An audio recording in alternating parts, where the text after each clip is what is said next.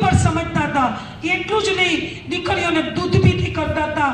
પછી સતી પ્રથાઓ, દૂધ પીતી એક નહીં, સતી પ્રથાઓ એટલું જ નહીં, સુંદર સાજી દહેજના નામ પર જલાવવામાં પણ આવતી હતી। કેટલી વાર દીકરીઓને મજબૂર કરવામાં આવી, એવા રેપ કરવામાં આવ્યા, હત્યાઓ કરવામાં આવી, એવા કેટલા કાંડ થયા। આવી જે મહિલાઓ હતી એવી તો અપાલા, ગોસા, ગાર્ગી જે યાજ્ઞવલ્ક્યની સામે શાસ્ત્રાર્થ કરે, તો એવી પણ મહિલાઓ આ દુનિયામાં આવી જેને તમને પ્રેરણા, મને તમને પ્રેરણા પણ આપી। અને એ સમયની અંદર એક મહિલાને શું કર્યું હતું? બસ ઘરેલું કામમાં જ વ્યતીત કરી દીધી હતી। એને 4 દિવાલમાંથી ક્યારેય બહાર નીકળવા નહોતી દીધી। આજ મહિલા ને એ સમય આવી ગયો છે કે હવે સુંદર સાજી સમય નથી ગયો, બસ 4 દિવાલમાં ખાલી શાદી વિવાહ કરી, બાળકોનું પાલન પોષણ કરી, પતિને પાલી અને ખાલી વ્યવહાર સંભાળી અને કોઈ લગ્ન પ્રસંગના જે બી હોય તે એટલું સંભાળવા માટે આપણે નથી આવ્યા। એટલું તો પશુ પક્ષી પણ કરે છે।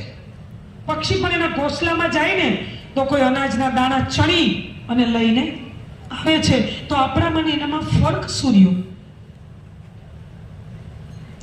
સૌથી 2 જ મિનિટમાં સૌથી મોટી કમજોરી મહિલાઓની કઈ જ કહું છે?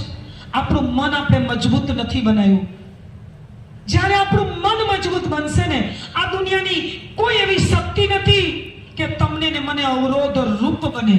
ઠીક છે, ત્યારે ઘણી બધી ચુનૌતીઓ મહિલાઓ માટે હતી, પણ આ જેવી ચુનૌતી આજ નથી। મહિલા સાસુથી ડરતી નથી, નણંદથી ડરતી નથી, પતિથી ડરતી નથી, પરિવારથી ડરતી। એ એક સમય હતો, પણ એક ખરું, સમાજે એ ન શીખવું કે મહિલા તારી બુદ્ધિ પગની પાનીએ નથી, તારી જ્ઞાન પૂંજી છે, તારું કૌશલ તારી પૂંજી છે, તારી શિક્ષા તારી પૂંજી છે, તારી કલા તારી પૂંજી છે। આવું કોઈએ શીખવું? આપણું આત્મબળ એ આપણી પૂંજી છે, એ આપણું ધન છે, એ આપણો અખૂટ ભંડાર ખજાનો છે। એવું સમાજે શીખવું નહોતું। સુંદરસાજીએ કોઈ એક કહેવત કીધી છે કે जन्म देती माँ बनकर जन्म देती, पिता बनकर संतान, स्त्री सदा छाया बनी रहे, श्री वृक्ष समान। माँ एक बालक ने जन्म आपे, मोटू करे, छाया बनी रहे। सुंदर साजी, तमे तमारी क्षमता ने पहचानो। तमे खाली हाउसवाइफ नहीं, तमारी अंदर એટલું બળ છે, ખાલી આટલી જ ઉડાન નથી ભરવાની। સુનીતાએ તો ખાલી, કલ્પના ચાવડાએ તો અહીંયા અંતરિક્ષની જ ઉડાન ભરી, તમે તો અહીંથી ઉડાન બંધ હોવે કોટી કલમ પ્રેમ પહોંચાવે મીને પલક। સુંદર સાજી, આપણે તો મૂળ મિલાવા સુધીની ચિત્તોણીના માધ્યમથી ઉડાન ભરવાની છે।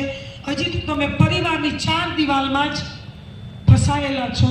સુંદર સાજી, મને હું મારો પોતાનો અનુભવ કહું છું કે મેં પરિવારને છોડ્યા નથી। ખાલી 2 દિવસ માટે છોડીને આવું, પાછી હું પરિવારમાં જાઉં છું, પણ 2 દિવસ છોડ્યા તો હજારો મહિલાને 2 ને છોડવાથી હજારો મહિલા, તો એ કામ કેમ ન કરીએ? તમે ખાલી પાડોશ, સોસાયટી કે આસપાસના એરિયામાં તો જાઓ, વધારે વિશેષ ન કહેતા। સુંદર સાજી, તમારી અંદર આત્મબળ, આત્મવિશ્વાસ વધે એના માટે મેં 5 મિનિટ વધારે લીધી છે, તે બદલ ક્ષમા માંગુ છું। બોલો શ્રી પ્રાણનાથ નારી।